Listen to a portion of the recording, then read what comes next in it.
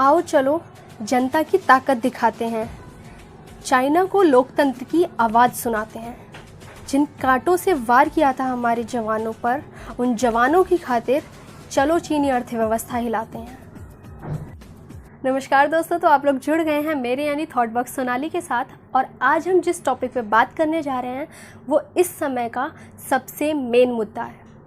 ये क्या है, ये क्यों है, ये सबको पता है, पर फिर भी आज कुछ लोग इसको लेके अभी भी डाउट में हैं। आई डोंट नो कैसे। तो मैं आपको सबसे पहले कुछ पिक्चर्स दिखाना चाहती हूँ। ये तस्वीर है उन जवानों की जो 15 जून की रात को गलवान घाटी में चीनी सेना से झड़प में शहीद हो गए। और ये तस्वीर है उन हथियारों की जिससे हमारे जवानों पर हमला किया गया। अब मैं मुद्दे की बात पे आऊँ तो बात है बॉयकॉट चाइना की, जिसकी पहल सोनम वांगचुक जी ने बहुत अच्छे तरीके से की है। उन्होंने जो वॉलेट पावर शो करने की बात करी है, मैं उसके पूरी तरह से समर्थन में हूँ और उनको थैंक यू कहना चाहती हूँ इतने अच्छे आइडिया को लेके आने के लिए। कि क्यों हमें सरकार का मुंह देखना है, क्यों हमें हर वक्त सेना पर डिपेंड रहना है। सेना अपना काम बहुत अच्छी तरीके से कर रही है और उसके लिए हमें उनका दिल से धन्यवाद करना चाहिए। और धन्यवाद करने के भी तरीके होते हैं, हर बार यही नहीं होता कि धन्यवाद दिल में रखा हुआ है। सेना वहाँ लड़ रही है तो हमें भी यहाँ से उनका साथ देना चाहिए। हमें कैसे साथ देना है, हमें अपनी वॉलेट पावर शो करनी है।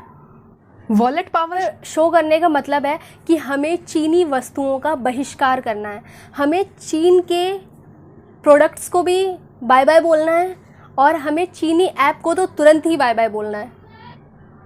पहले भी जब मुहिमें छिड़ी हैं तब भी लोग डाउट में रहा करते थे कि अकेले करने से क्या हो जाएगा, और अभी भी कुछ लोग इस डाउट में हैं। पर आज की डेट में डाउट बिल्कुल भी वैलिड नहीं है, क्योंकि ऑलरेडी बहुत लोग खड़े हो चुके हैं। आप अकेले नहीं हैं।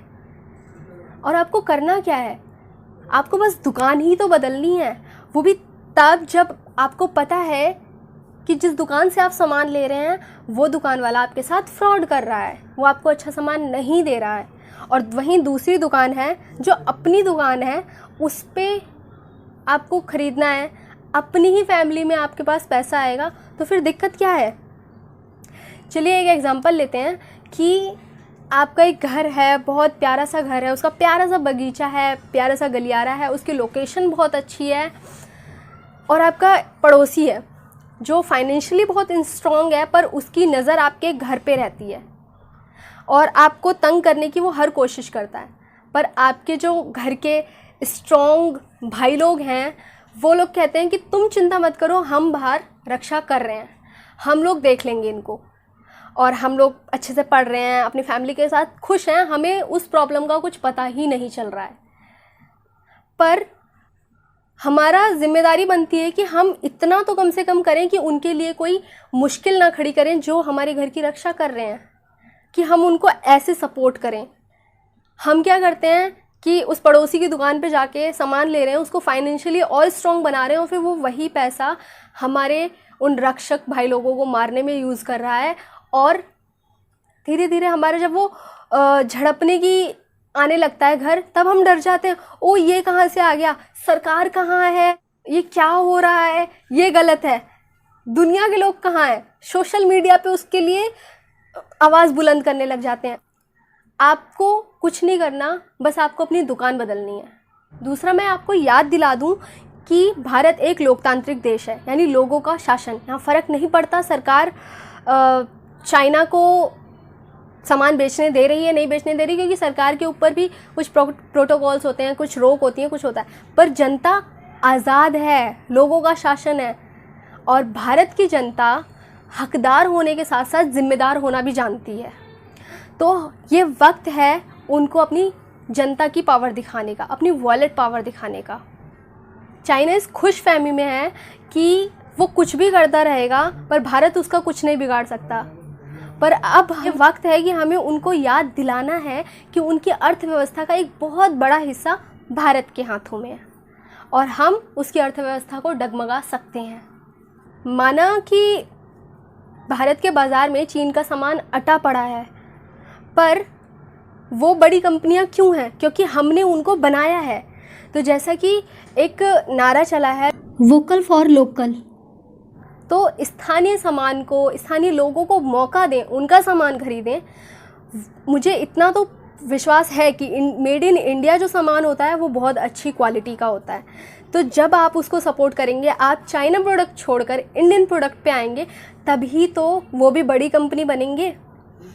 बस इतना ही कहूँगी कि अपनी देशभक्ति दिखाने के लिए ज़रूरी नहीं कि आपको बॉर्डर पे ही जाना है, आपको बंदूक ही उठानी है। आप बिना बंदूक उठाए, बिना कुछ करे अपनी देशभक्ति निभा सकते हैं।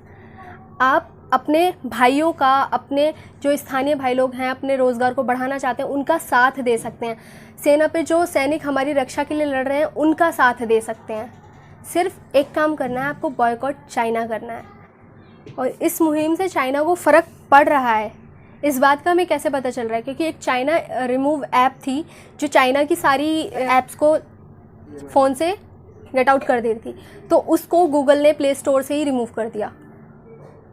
ट्विटर पर अमूल के चाइना बॉयकॉट के पोस्टर को, उस पर भी आपत्ति खड़ी की गई। और ग्लोबल टाइम हमसे कह रहा है कि ऐसा कुछ करने की कोई ज़रूरत नहीं, इससे भारत को दिक्कत होगी। उसे ऐसा कहने की क्या ज़रूरत पड़ी है? क्योंकि उनको भी पता है कि अगर कंप्लीट बॉयकॉट हुआ तो उनको बहुत बड़ा नुकसान पहुंचने वाला है। मैं लास्ट में यही कहना चाहूँगी कि boycott made in China. Phone में जितने भी एप्लीकेशंस हैं उनको तो तुरंत, जल्दी जल्दी, और हार्डवेयर इन अ ईयर। क्योंकि ऐसा नहीं कहा जा रहा, मैंने एक वीडियो देखी थी जिसमें एक आदमी अपनी टीवी फोड़ रहा है। ऐसा नहीं कहा जा रहा है कि आप तुरंत ही सब कुछ अपने आप को ही नुकसान पहुंचाने लगें। नहीं, अपने आप को नुकसान पहुंचाने की कोई ज़रूरत नहीं है। बस आप ये ध्यान रखें कि जब आप नेक्स्ट प्रोडक्ट लेंगे, कोई चीज़ लेंगे, तो आप देख कर लेंगे कि वो मेड इन चाइना ना हो। आप मेड इन चाइना नहीं लेंगे। धीरे धीरे करके 1-2 साल के अंदर मेड इन चाइना हट जाएगा बाज़ार से। तो अगर आप भी मुझसे सहमति रखते हैं तो मेरी वीडियो को लाइक करें, शेयर करें और मेरे चैनल को सब्सक्राइब करें अगर आप नए हैं तो। Thank you. जय हिंद।